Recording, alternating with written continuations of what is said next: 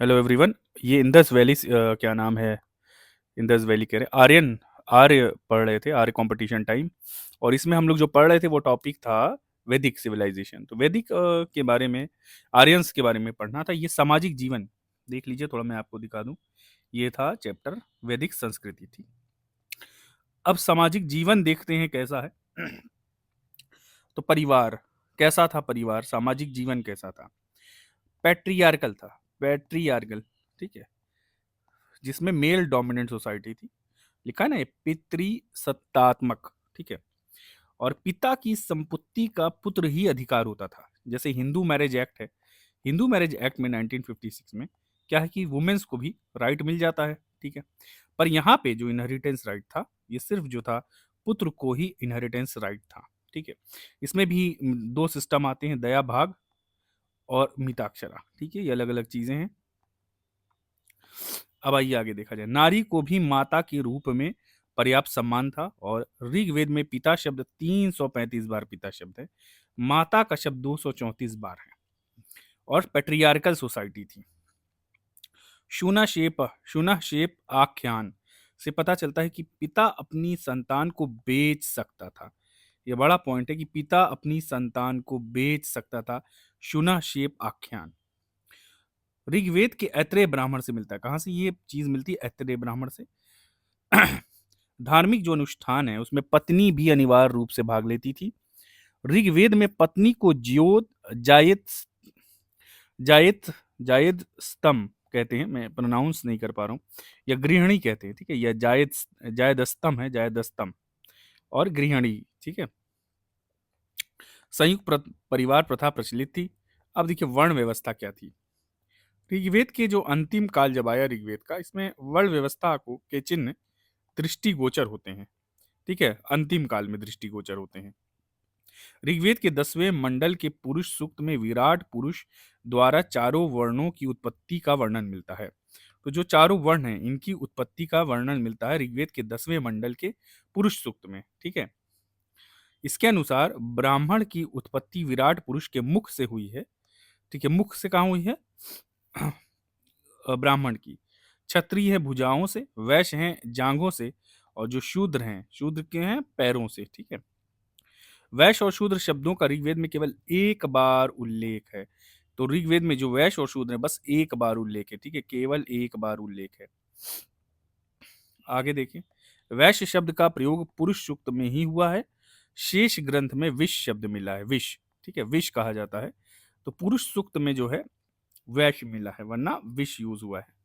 शूद्र का 10वें मंडल, तो शूद्र जो लफ्ज है ये 10वें मंडल में पुरुष सूक्त में मिलता है इसका भी। और प्रारंभ के 3 वर्णों का ही उल्लेख मिलता है इसमें। पुरुष सूक्त उस समय उद्भूत हुई सामाजिक संरचना का धार्मिक अनुमोदन करता था। तो पुरुष सूक्त क्या करता था उस वक्त? उस समय उद्भूत हुई जो भी सामाजिक संरचना उसका अनुमोदन करता था, उसके बारे में बताता था पुरुष सूक्त। ऋग्वेद में वर्णन जन्म आधारित न होकर कर्म आधारित। तो व्यवस्था, वर्ण व्यवस्था क्या थी?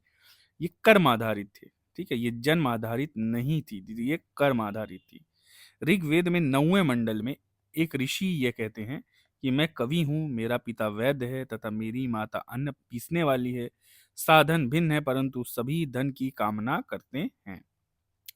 ऋग्वेद में वर्ण शब्द रंग के अर्थ में तथा कहीं कहीं व्यवसाय चयन के अर्थ में। तो ऋग में वर्ण जो है कई बार रंग के लिए भी किया जाता है, कहीं कहीं व्यवसाय के लिए भी किया जाता है। ठीक है। ऋग्वेदिक काल में दास प्रथा प्रचलन थी। याद है, इंपॉर्टेंट पॉइंट है कि दास प्रथा, देखिए एंशियंट इंडिया में कहीं भी जो दास प्रथा है, स्लेवरी सिस्टम थी। ठीक है, दास प्रथा हर जगह थी। आप जब भी एंशियंट वर्ल्ड को, जब प्रेजेंट को आप कंपेयर करते हैं एंशियंट से, ठीक है, तो जब आप देखते हैं तो यहाँ पे स्लेवरी सिस्टम था। ठीक है, स्लेव खरीदे जाते थे, बेचे जाते थे, उनकी फिर अधिकार होते थे। ये प्रेजेंट टाइम में नहीं है, स्लेवरी सिस्टम एबॉलिश्ड है। अब दासों के बारे में कहा गया है कि वे न तो अग्नि में हवि दान करते थे और न ही इंद्र तथा हवा के पक्षपाती थे। अब वस्त्र और आभूषण, कैसे कपड़े पहनते थे? जब आप बात कर रहे हो 1000 से लेकर के 1500 बीसी तक की, ठीक है, जो अर्ली वैदिक पीरियड है, कैसे कपड़े थे, वस्त्र और आभूषण देखिए। या लेट 600 से लेकर के 1000 तक में। ठीक है, 2 पीरियड में बांटा गया था। अब ये देखिए वस्त्र और आभूषण इनके कैसे होंगे। अधो वस्त्र निवि, उत्तरीय वास, अधिवास। ये देखिए 3 प्रकार के वस्त्र थे, ठीक है? अधो वस्त्र जिसे निवि कहा जाता है, उत्तरीय वास और अधिवास। सिर पर पगड़ी धारण करते थे, सिर पर पगड़ी थी, ठीक है? तो अधो वस्त्र वाले में क्या है कि यहाँ पे विशेष कोई पगड़ी-वगड़ी नहीं पहनते थे लोग। तो सिर पर कोई विशेष पगड़ी, यहाँ पे कोई विशेष पगड़ी नहीं होती थी या विशेष भूषा नहीं होती थी, ठीक है? अधो वस्त्र। उत्तरीय जो थे, ये पगड़ी इनके होती थी, सर पे एक पगड़ी होती थी। ये मध्यम वर्ग के, उत्तरीय मध्यम मिडल क्लास के लोग थे, मिडल क्लास के, और सिर पे इनके पगड़ी होती थी। अब ये अधिवास, ये जो अधिवास हैं, इनके सिर पे विशेष प्रकार के आभूषण और विशिष्ट वस्त्र पहनते थे। तो ये आभूषण भी था सिर पे, 1 मिनट, आभूषण, आभूषण और विशिष्ट वस्त्र होते थे। क्या होते थे? थोड़ा-सा राइटिंग वो हो रहा है, 1 मिनट, चलिए। मैं विशिष्ट वस्त्र, आप समझ, विशिष्ट वस्त्र होता था। थोड़ा-सा ये हैंग कर रहा है मेरा सिस्टम। तो थोड़ा-सा ये सिस्टम हैंग कर रहा है, तो आप पेशेंस रखिएगा। चलिए, तो ये विशेष वस्तु जो विशेष पगड़ी पहनने वाले अधिवास लोग थे, ठीक है? विशेष पगड़ी वाले, और आभूषण भी होते थे इनके सर पे, आभूषण, ठीक है? आभूषण, ठीक? आभूषण भी होते थे। निष्क गले का एक स्वर्ण आभूषण था। निष्क है, तो ये कई बार एग्ज़ाम में आया हुआ है, तो निष्क क्या था? गले में था। गले में था, घटना चक्र में भी है निष्क, ठीक है? स्वर्ण आभूषण था। कई जगह निष्क कॉइन को भी कहा गया, पर ये गले का एक स्वर्ण आभूषण था, जिसे विनिमय के माध्यम के रूप में भी काम लिया जाता है। अब विवाह के समय देखिए, वर द्वारा पहने जाने वाले वस्त्र वाधूय कहलाता था। विवाह जब होता था, उस समय पे जब वस्त्र पहने जाते थे, वो जो मेल पहनता था वर द्वारा, वो वधूय होता था। न्योचनी एवं कुरीर विवाह के समय कन्याओं द्वारा पहने जाने वाले आभूषण थे। तो न्योचनी और कुरीर विवाह के समय जो कन्याएं पहनती थीं, उसे क्या कहा जाता था? वो कन्याएं जो पहनती थी, उन्हें कहा जाता था कुरीर। ये कुरीर और न्योचनी, ठीक? कुंभ और कुरीर ये दोनों सिर के आभूषण थे, ठीक है? रक्म, रक्म का वक्ष स्थल का आभूषण था, वक्ष स्थल का आभूषण। खादी, कंगन को कहा जाता, खदी, खदी कंगन था। रक्म था वक्ष स्थल का आभूषण। सो रक्म जो है, ये कोई पट्टी होती थी, चमकीली सोने की पतली पट्टी, या धातु जो है, सोने के धातु का बना हुआ एक पट्टा, चमकीला, वो रक्म होता था। तो ये रक्म हो गया। खादी ये सब है। देखिए वीणा जो है प्रमुख वाद्य यंत्र है। विवाह ऋग्वेदिक काल में बाल विवाह, जो बाल विवाह है, विधवा विवाह है, एवं सती प्रथा का प्रचलन नहीं था। तो बहुत इंपॉर्टेंट चीज है कि बाल विवाह नहीं होता था, विधवा विवाह है, सती प्रथा नहीं है। तो विधवा विवाह तो हो सकता है, होना चाहिए, तो ये अच्छी चीज नहीं है कि विधवा विवाह नहीं हो रहा है, पर बाल विवाह नहीं होता था और सती प्रथा का प्रचलन भी नहीं था, तो ये बहुत अच्छी चीज है। अंतर जातीय विवाह एवं बहु विवाह प्रचलित थे, पर यहाँ पे अंतर जातीय विवाह हो जाता था और बहु विवाह, पॉलीगेमी, ठीक है? पॉलीगेमी प्रचलित था, पॉलीगेमी प्रचलित था, बहु विवाह प्रचलित था, और अंतर जातीय विवाह भी प्रचलित था। पुनर्विवाह और बहु विवाह प्रचलित थे, पर्दा प्रथा एवं ये वाला जो है प्रथा प्रचलित नहीं थे। ऋग्वेद में अनुलोम विवाह का उदाहरण क्या होता है? ऋग्वेद में अनुलोम विवाह का उदाहरण ब्राह्मण विमद एवं राजकन्या कमद्दू का विवाह। तो ऋग्वेद में ये अनुलोम विवाह के उदाहरण है, ठीक है? अगर ब्राह्मण विमद एवं राजकन्या, ठीक है, कमदू का विवाह ये हो गया। ब्रह्म ऋषि श्यावाश्व एवं राजा रतवीति की कन्या दार्म का विवाह, ये क्या हुआ? अनुलोम का ये एग्जाम्पल है, ठीक है? तो अनुलोम विवाह में क्या होता था कि उच्च जो मेल है, जो मेल है, ठीक है, और एक फीमेल है, तो मेल जो है हायर सोसाइटी का था, हायर कास्ट का मेल होता था, फीमेल उससे कम लोअर कास्ट की होती थी। जैसे मेल ब्राह्मण है, ठीक है, फीमेल वैश्य हो गई, शूद्र हो गई, ये वाला माना गया, ठीक है? तो इसको कहते हैं कि अनुलोम, ठीक है? तो ये अनुलोम, जैसे ब्राह्मण पुरुष है, क्षत्रिय स्त्री हो गई, ब्राह्मण पुरुष है, वैश्य स्त्री हो गई, तो या क्षत्रिय पुरुष है, मान लो आप क्षत्रिय पुरुष हो गया, पुरुष या क्षत्रिय है, तो स्त्री क्या है? वैश्य हो गई, ठीक है? ये जो हो गया, एक ऊपर एक नीचे इस तरह से, तो ये मेल फीमेल, ये हो गया अनुलोम विवाह। अच्छा, प्रतिलोम विवाह क्या होता है? देखिए प्रतिलोम में उल्टा कर दीजिए। प्रतिलोम में क्या आ जाते हैं? अगर निम्न वर्ण का पुरुष है और उच्च वर्ण की स्त्री है, तो मेल और ये फीमेल। मान लो मेल क्षत्रिय है, फीमेल मान लिया ब्राह्मण है। मेल वैश्य है, फीमेल क्षत्रिय है। तो ये हो गया क्या, प्रतिलोम, प्रतिलोम विवाह। तो ये प्रतिलोम का हो गया। जैसे महर्षि शुक्राचार्य की पुत्री देवयानी का विवाह हुआ था राजा यति यति के साथ। अब देखिए पुत्री जो है लोअर वर्ण की है, उसकी है, ठीक है। क्या नाम है, मेल जो है लोअर का है, हायर, हाँ। तो महर्षि शुक्राचार्य की पुत्री देवयानी वह राजा यति के साथ हुआ। तो यहाँ राजा क्या मान लिया गया, राजा को लोअर क्षत्रिय मान लिया जाए, राजा क्या है क्षत्रिय है, और महिला क्या है फीमेल ब्राह्मण है, तो ये ऊपर हो गई। तो ये क्या हो गया, प्रतिलोम।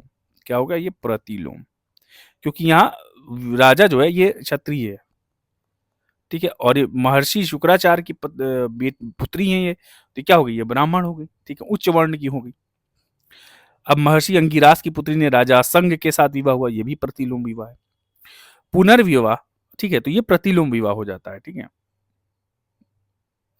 तो धर्म जो शास्त्र है उसमें प्रतिलोम की तुलना में ये जो अनुलोम विवाह है, ठीक है, उसे ज्यादा स्वीकार्य माना जाता है, ठीक है। तो अनुलोम विवाह जो है वह विवाह है जिसमें उच्च वर्ण का पुरुष पुरुष और निम्न वर्ण की स्त्री होती है। तो ये क्या है, स्वीकार्य है, ठीक है। और फिर क्या, ऋग्वेद के 10वें मंडल पुनर्विवाह नियोग जो है प्रथा प्रचलित है, इसमें प्रथा एवं तलाक प्रथा का उल्लेख नहीं मिलता है। ऋग्वेद के 10वें मंडल के विवाह सूक्त में विवाह संस्था का उल्लेख हुआ है। तो ऋग्वेद की जो 10वें मंडल के विवाह सूक्त में विवाह संस्था का उल्लेख हुआ है। 10वें मंडल में जो विवाह एक संस्था है, विवाह होना चाहिए, तो 10वें मंडल में ऋग्वेद में मेंशन है, ठीक है। आजीवन अविवाहित रहने वाली कन्याओं को अमाजु कहा जाता है। तो जो अविवाहित महिला है, ठीक है, जो कन्याएं जिनकी शादी नहीं हुई है, उनको अमाजु कहा जाता है। क्या कहा जाता है, इंपॉर्टेंट है, अमाजु कहा जाता है, अमाजु। वर्ण संकर विवाह के लिए वर्ण की सीमाओं का अतिक्रमण वर्ण संकर क्या, विवाह के लिए वर्ण की सीमाओं का अतिक्रमण वर्ण संकर कहलाता है। अब ऋग्वेदिक स्त्रियों को संपत्ति में अधिकार प्राप्त नहीं है, तो संपत्ति में स्त्रियों का अधिकार नहीं है। हालांकि सभा और समिति की मेंबर बनती थी महिलाएं, ठीक है, पर यहाँ पे संपत्ति पे अधिकार इनको नहीं मिला था। वे केवल सभा तथा विदत में भाग ले सकती थी, किंतु स्त्रियों को कोई राजनीतिक अधिकार नहीं था।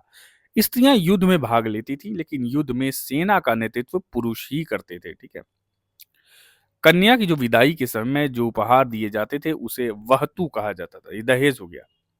तो जो उपहार कन्या की विदाई में दिया गया वो वहतु, क्या वहतु में भी शायद दहेज हो गया, जो आज के समय में कहा जाता है। शिक्षा देख लीजिए, अगर स्त्रियां भी वैदिक शिक्षा प्राप्त करती थी तो पढ़ाई लिखाई पे रोक टोक नहीं था, ठीक है, बस इनहेरिटेंस राइट नहीं था प्रॉपर्टी का, वरना पढ़ाई लिखाई में थी। यज्ञ करने का भी अधिकार था, तो ये यज्ञ भी कर सकती थी। तो देखिए महिलाएं यज्ञ कर सकती थी सब, बस इनहेरिटेंस राइट महिलाओं का नहीं था। ऋग्वेदिक काल में पुत्री का उपनयन संस्कार होता था, ठीक है। उपनयन जो है मेल क्या होता है, तो वैसे पुत्री का भी उपनयन संस्कार होता था, ठीक है, पैदा होने पे होता है। फिर ऋग्वेद के 8वें मंडल में लोपामुद्र, घोष, सिक्ता, निवावरी, अपाला, आत्रेय, शची, पौलोमी, कक्षावृति, इंद्राणी, विश्वारा जैसी विदुषी स्त्रियों का उल्लेख हुआ है, ठीक है। ये इन विदुषी स्त्रियों को ऋषि कहा गया है, ठीक है। तो कौन है, लोपामुद्रा विदुषी है। कौन कौन विदुषी हैं, लोपामुद्रा, घोषा, सिक्ता, निवावरी, अपाला, अत्रेयी, शची, ठीक है। लोपामुद्रा थी वो विदर्भ राज की पुत्री, अगस्त्य ऋषि की पत्नी थी। इसकी अगस्त्य ऋषि की पत्नी थी लोपामुद्रा, ठीक है। शिक्षा गुरुकुल में दी जाती थी और मौखिक होती थी। शिक्षा क्या है, मौखिक, ठीक है, मौखिक शिक्षा थी, सिर्फ मुंह से बोला गया, ओरल इन नेचर, ठीक है, ओरल इन नेचर। दस्यु वर्ग क्या है, ऋग्वेद में दस्यु वर्ग का उल्लेख हुआ है। अब ये दस्यु वर्ग क्या है, आर्य के सबसे बड़े शत्रु, आर्य लोग के जो सबसे बड़े शत्रु थे वो कौन थे, वो दस्यु थे, सबसे बड़े शत्रु दस्यु थे। और दस्यु का अदेवयु, देवताओं में श्रद्धा न रखने वाला, ठीक है, दस्युओं को अदेवयु या अन्य व्रत या अब्रहान या अयजवन कहा जाता था। क्यों अदेवयु कहा क्यों जाता था इनको भाई, अब देखिए अदेवयु इसलिए कहा जाता था क्योंकि ये देवताओं में श्रद्धा नहीं रखते थे। अब्रहान कहा जाता था क्योंकि वेदों को न मानने वाले, तो उस समय में वेदों को न मानने वाले लोग थे जिनको दस्यु कहा जाता था, ठीक है, दस्यु कहा जाता था क्योंकि वेद को नहीं मानते थे। ठीक है, अद्वितीय थे, देवताओं को नहीं मानते थे, अब्राहम वेद को नहीं मानते थे। अन्य व्रत मतलब वैदिकोत्तर व्रतों को का मानने वाले, देखिए, तो वैदिकोत्तर व्रतों को मानते थे। अजीवन मतलब यज्ञ न करने वाले, तो ये सब सारी चीजें थी। तो ये अन्य व्रत, तो ये अन्य व्रत लोग कौन थे? जो अन्य व्रत थे ये वैदिक प्रथा को, वैदिक रिचुअल्स को नहीं मानते थे, वैदिक रिचुअल्स को नहीं मानते थे। ठीक है, और वेद को ना मान करके कोई फॉरेन कोई भी बाहरी जो शक्ति है उनका मानते थे, विदेशी क्या नाम है जो उपासना के तरीके हैं उनको, वैदिक देवताओं को नहीं मानते थे। ठीक है, और इन्हीं को ये वैदिक समाज को एक क्या नाम है, वैदिक जो नीतियां होती हैं, ठीक है, कॉस्मिक ऑर्डर है, उसको नहीं मानते थे ये लोग। ये क्या है, यही होते थे दस्यु। ठीक है, यज्ञ नहीं करते थे। ठीक है, और ऐसी व्रत क्या नाम है, व्रत रखते थे, या ऐसी मान्यता थी इनकी जो फॉरेन इन नेचर थी। आइए आगे देखा जाए। दस्युओं, देखिए दस्युओं के लिए अनास, चपटी नाक वाले तथा मृदवाच, कटुवाड़ी वाले जैसे विशेषणों का प्रयोग हुआ है। ये कटुवाड़ी वाली थी, क्या है, मृद्रवाच, कटुवाड़ी मृद्रवाच, चपटी नाक वाले या अनास, चपटी नाक वाले अनास, और या मृदवाच, इनके लिए शब्द प्रयोग हुआ है। इन्हें एक स्थान पर अमानुष भी कहा गया है। ऋग्वेद में वर्णित दस्यु संभवतः भारत के मूल निवासी दस्यु ही थे। तो ये जो दस्यु थे ये भारत के मूल निवासी थे। आर्यों के जिस राजा ने दस्युओं को पराजित किया वह क्या कहलाए? तो आर्यों के जिस राजा ने दस्युओं को पराजित किया वह त्रस दस्यु कहा जा रहा था। तो क्या, त्रस दस्यु, जिसने दस्युओं को पराजित किया है वो कौन है? वो त्रस दस्यु हैं। अब आइए आर्थिक जीवन के बारे में देखते हैं। तो कृषि पशुपालन, कृषि और पशुपालन स्टार्ट कर रहे हैं। कृषि और पशुपालन ऋग्वेदिक काल में कैसा था? तो ये पशुपालन और कृषि, देखिए, मूल आधार पशुपालन और कृषि था। हालांकि एग्रीकल्चर इतना ज्यादा डेवलप नहीं था, मेनली इट वाज पशुपालन। ऋग्वेद में अश्व की चर्चा 215 बार, गाय की 176 बार। ठीक है, अब ये बार कितना आया शायद एग्जाम में ना आए। ठीक है, तो अश्व की चर्चा थी, घोड़ा, गाय, ये सब थे। और वृषभ की चर्चा थी। ऋग्वेद में फाल का उल्लेख भी मिलता है, फाल का उल्लेख मिलता है, और ठीक है, फाल का उल्लेख मिलता है, और कृषि योग्य भूमि को उर्वरा कहा जाता है। ठीक है, उर्वरा। ऋग्वेद के चौथे मंडल में कृषि संबंधी प्रक्रिया का उल्लेख है। तो चौथा मंडल जो है ऋग्वेद में, इसमें कृषि संबंधी कुछ प्रक्रिया हैं उसका उल्लेख मिलता है मेनली, बट ये पेस्टोरल थी, अरे मतलब नोमैडिक।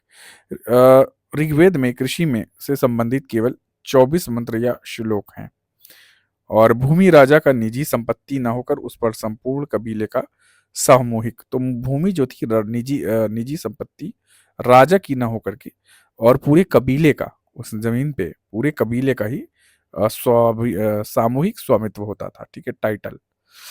अब ऋग्वेद में प्रजा राजा को स्वेच्छा से जो अंश देती थी, तो ऋग्वेद में जो प्रजा है, ये प्रजा राजा को जो स्वेच्छा अंक से जो अंश देती थी उसको बलि कहा जाता था। तो ये राजा को दिया जाता था, और राजा यहाँ पे क्या है, कमिटीज द्वारा सेलेक्ट किया जाता था। कमिटीज एक लिमिटेड पावर के साथ यहाँ पे राजा होता था, जिसे राजन कहा जाता था। ठीक है, अब ऋग्वेदिक समय में कोई नियमित भूमि कर नहीं था, क्योंकि आर्य स्थायी रूप से एक स्थान पर नहीं बसे थे, क्योंकि मूव करते रहते थे। ठीक है, नोमैड्स थे। गाय आर्यों का एक मुख्य आर्थिक आधार था, तो बहुत बड़ा आर्थिक आधार था, और अधिकांश लड़ाइयां गायों एवं पशुओं के लिए होती। तो कितनी बड़ी चीज है, ठीक है, गायों और पशुओं के लिए। गविष्ठी बड़ा इंपॉर्टेंट लफ्ज है ये, इसको युद्ध का पर्याय माना जाता था। ठीक है, युद्ध का पर्याय गविष्ठी। सो उस समय में गायों को पर्याप्त करना, गायों को के लिए लड़ना, संघर्ष करना, गायों की रक्षा करना, तो जो भी गाय से रिलेटेड स्ट्रगल थे, तो गाय प्राप्त करने के लिए एक संघर्ष या छापा, तो वो सारी उसको गविष्ठी कहा जाता था। क्या कहा जाता था? गविष्ठी। सो जो भी गाय को प्राप्त करना, गाय के लिए लड़ना, वो जो भी स्ट्रगल संघर्ष होता था गाय से रिलेटेड, उसको गविष्ठी कहते थे। देखिए, गवेषण, गोशु, गव्य, गम में आदि शब्द भी युद्ध के लिए प्रयुक्त होते थे। तो अगर गविष्ठी आया तो गाय के लिए युद्ध हो रहा है, तो वो गम्य है, वो गव्य है, वो गोशु है। सो ये सारे शब्द यूज किए जाते थे। गाय को मुद्रा की भांति समझा जाता था। एक आप इकोनॉमिक ट्रांजैक्शन के तर्ज पे आप देखिए, तो आप गाय को इकोनॉमिक ट्रांजैक्शन के तर्ज पे देखिए कि खरीद फरोख्त, बार्टर सिस्टम जैसे होता, तो गाय को भी मुद्रा के भांति इस्तेमाल किया जाता था। और गाय को अष्टकर्णी कहा गया, अष्टकर्णी, और गाय को अवंध्या कहा गया। अघन्य, अघन्य काऊ, ये वाला तो घटना चक्र में मैंने क्वेश्चन देखा तो अघन्य काऊ है। बस अवंध्या भी कहा गया, अघन्या, अवंध्या। या अष्टकर्णी भी गाय को कहा जाता, तो काऊ को अष्टकर्णी, ये सवाल एग्जाम में आ सकता है। अष्टकर्णी या अवंध्या क्या होते हैं, तो अवंध्या और अष्टकर्णी जो होते हैं ये गाय होते हैं, ठीक है। Let me check out the time, time कितना समय हुआ है, हम लोग को लेक्चर बनाते भी 10 मिनट और भी बना सकते हैं लंबा। पशु ही इस काल में मुख्य संपत्ति थी। पणी बड़ा इंपॉर्टेंट है, ये एग्जाम में आ चुका है, घटना चक्र में भी शायद मेंशन है। पणी, पणी क्या है, मवेशियों के चोर होते थे। पणी कौन थे, मवेशियों को जो चुराने वाले लोग थे उनको पणी कहा जाता था। तथा वे व्यापार भी, तो पणी मवेशियों का व्यापार भी करते थे, कुछ लोग चोरी भी करते थे। सबसे उपयोगी जो पशु था इनका वो घोड़ा था, और हाथों, ऊंट, बैल, भेड़, बकरी, कुत्ता, ये सब तो और थे ही। ऋग्वेद में एक ही अनाज जौ का उल्लेख है, तो ऋग्वेद में जौ का उल्लेख होता है, चावल का उल्लेख ऋग्वेद में नहीं है। इसका मतलब ये हुआ कि चावल की खोज तो मेहरगढ़ में हो चुकी थी, बहुत पहले ही हो चुकी थी मेहरगढ़ में, एंशियंट पीरियड में 10,000 से पहले। और इंडिया में भी, उत्तर प्रदेश में भी चावल की हो चुकी थी, ठीक है, प्रतापगढ़ वाले रीजन में भी। तो ये सब जो चावल, पर यहाँ जब ऋग्वेद में आओगे आप, बात कर रहे हो 1000 से लेकर के 1500 बीसी, तो यहाँ चावल का एविडेंस नहीं था ऋग्वेदिक काल में, याद रखिए जौ था। ऋग्वेद के अनुसार खेती के लिए हल द्वारा भूमि जोतने की शिक्षा सबसे पहले अश्विन कुमारों द्वारा की गई थी। अश्विन कुमारों, ठीक है, तो अश्विन कुमारों द्वारा दी गई थी शिक्षा, क्या, भूमि जोतने की शिक्षा। ऋग्वैदिक काल में दासों को घरेलू खेती में नहीं लगाया जाता था। दास घरेलू काम में, खेती उतनी प्रख्यात नहीं थी, थी खेती पर इतना प्रचलन नहीं था, ज्यादातर ये लोग घुमक्कड़ होते थे। तो घरेलू जो है, दासों को घरेलू, ये सर ने सही कराया है, वो है जिनकी किताब है, तो ये घरेलू कामों में ज्यादा ऋग्वैदिक काल में दासों को लगाया जाता था। ऋग्वेद में नमक और कपास का उल्लेख नहीं हुआ है, तो यहाँ सॉल्ट नहीं था, बिना नमक के खाना खाते थे लोग, तो बिना नमक के, तो बीपी कम रहता होगा यहाँ के लोगों का। तो नमक एवं कपास का उल्लेख नहीं है, कॉटन भी नहीं है। याद रखिए, तो कपड़ा किसका पहनते थे ये लोग, जूट की अवेलेबिलिटी है, जूट भूमि जोतने के लिए क्या था, जूट नहीं, जौ, सॉरी, जौ, जौ है, ठीक है, जौ, मिलेट, ये क्या है, मिलेट। और इंटरनेशनल मिलेट ईयर 2023 को भी शायद घोषित किया गया था। अब देखिए, बाघ, बाघ और गैंडा भी नहीं है, ठीक है। व्यापार देखिए, बेकनाट, देखिए सूदखोर व ऋणदाता, वे ऋणदाता थे जो बहुत अधिक ब्याज, तो उनको बेकनाट कहा जाता था, ये याद रख लीजिए। बेकनाट, ये सवाल आ सकता है ऋग्वेदिक काल में बेकनाट कौन होते थे। बेकनाट वे ऋणदाता, लोन देते थे, इंटरेस्ट पे वो लोन देने वाले होते थे जो बहुत ज्यादा ब्याज लेते थे, बहुत ज्यादा ब्याज लेते थे। और उधार लिए गए ऋण के लिए कुसीद तथा उधार देने के कार्य को, उधार के लिए कुसीद, सॉरी, उधार लिए गए ऋण के लिए जो ऋण, लोन, जो इंटरेस्ट था उसे कुसीद किया कहा जाता था। और उधार देने के कार्य को कुसीद वृत्ति कहा जाता था। अगर आप उधार दे रहे हैं, कुसीद वृत्ति कार्य है। कौन करता था, बेकनाट, बेकनाट लोग करते थे। कुसीद वृत्ति काम करते थे बेकनाट लोग, और कुसीद लेते थे ऋण, ठीक है। ऋण मतलब लोन हो गया ना, यहाँ लोन के लिए, सॉरी, तो यहाँ लोन है, इंटरेस्ट नहीं, लोन, ऋण माने लोन। अब व्यापार वस्तु विनिमय बार्टर सिस्टम द्वारा, तो देखिए बार्टर सिस्टम था, और काऊ बहुत इकोनॉमिक ट्रांजैक्शन में यूज होता था, अघन्य कहा गया है, अघन्य, ठीक है। और भी लफ्ज हैं ऊपर, अघन्य है, और क्या क्या नाम था आप याद कर लीजिए, नाम अच्छा था, अवन्य, अष्टकर्णी भी कहा जाता था गाय को, ठीक है। अब ये देखिए, कर का भार प्राय वैश्य समुदाय पर था, ठीक है। कर का भार, वैश्य समुदाय जो थे वो कर का भार उन पे था ज्यादा। उधर, क्योंकि बिजनेसमैन थे, उधर अनाज मापने का यंत्र था, तो होता तो जौ था। इस जौ को मापने के लिए क्या, उर्दर यूज किया जाता था, क्या, उर्दर, ये मापन एक इकाई है, यंत्र है, सॉरी, यंत्र है, उर्दर। स्थिवी अनाज संग्रह का पात्र था, ठीक है, तो ये जो अनाज है ये संग्रह कर सकते थे, तो स्थिवी अनाज संग्रह का पात्र था।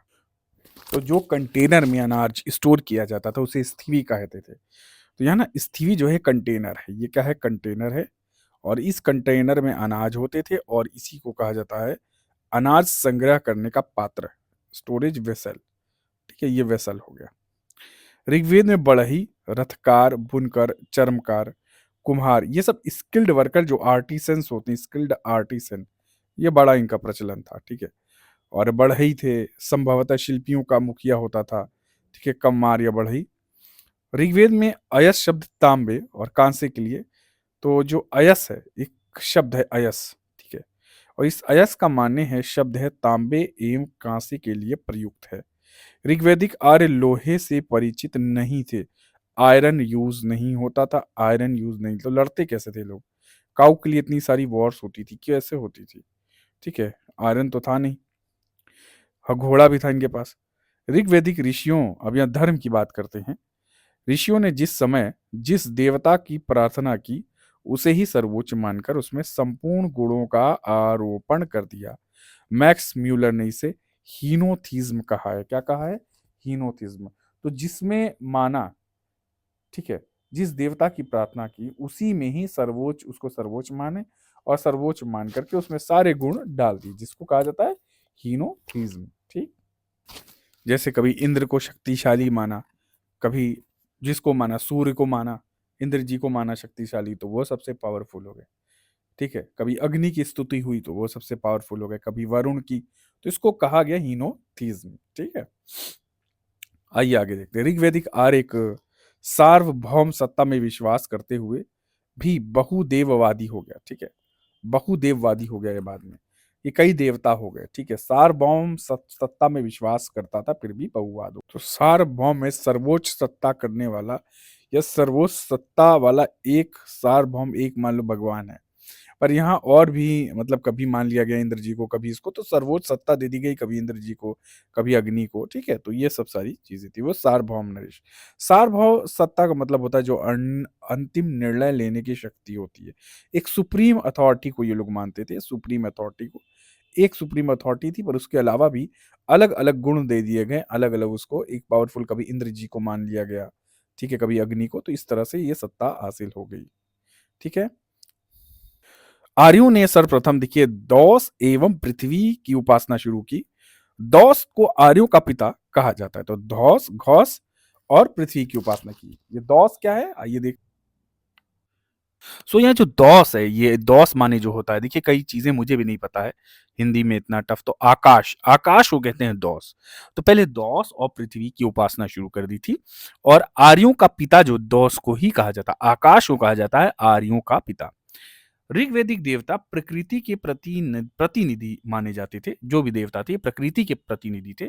ठीक है, यह लोग उनकी क्या नाम है, पूजा करते थे। प्रकृति के प्रकोप को कम करने के लिए भी पूजा करते थे कि प्रकोप ना आए, डिजास्टर कोई आ गया उसको। यास्क के अनुसार ऋग्वैदिक आर्यों के जो देवताओं की 3 श्रेणियां थी। आकाश के देवता, अंतरिक्ष के देवता, पृथ्वी के देवता। आकाश के सूर्य हैं, आकाश हैं, वरुण, मित्र, पुषण, अदिति, ये लोग हैं। अंतरिक्ष के इंद्र हैं, रुद्र हैं, ये अंतरिक्ष के देवता हैं। इंद्र, रुद्र हैं, ठीक है, मरुत हैं, वायु, पर्जन्य अंतरिक्ष के। पृथ्वी के अग्नि, सोम, पृथ्वी, बृहस्पति, सरस्वती, ठीक है, ये सब हैं। ऋग्वेद में टोटल 33 देवताओं का उल्लेख किया गया है। और वो देखिए, और ऋग्वेद में वरुण, जो वरुण है, वरुण एवं मित्र का सहस्त्र स्तंभ वाले महल में निवास करने का वर्णन है। तो वरुण जी हैं, वरुण एवं मित्र का है, ये सहस्त्र स्तंभों वाले कोई महल है, इसका वर्णन किया गया कि इस तरह के महल में रहते हैं। ठीक है, एक मिनट। तो यहाँ पे जो कहा गया है, यहाँ पे देखिए वरुण और मित्र जहाँ रह रहे हैं, वरुण और मित्र जी को, जो स्तंभ है ना, सहस्त्र स्तंभ माने होता है हर तरफ फैला हुआ, हर तरफ फैला हुआ।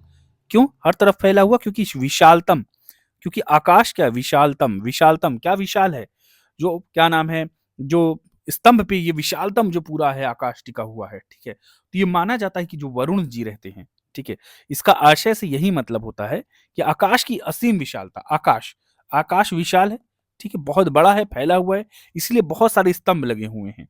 इसीलिए यहाँ पे लिखा है कि सहस्त्र स्तंभों वाले महल में वरुण और मित्र जी जो हैं यहाँ पे रहते हैं। तो बस इसका मतलब यही है कि जो भगवान है यहाँ पे, वरुण और मित्र, इनको आकाशीय देवता हैं। ये लोग क्या हैं? आकाशीय देवता।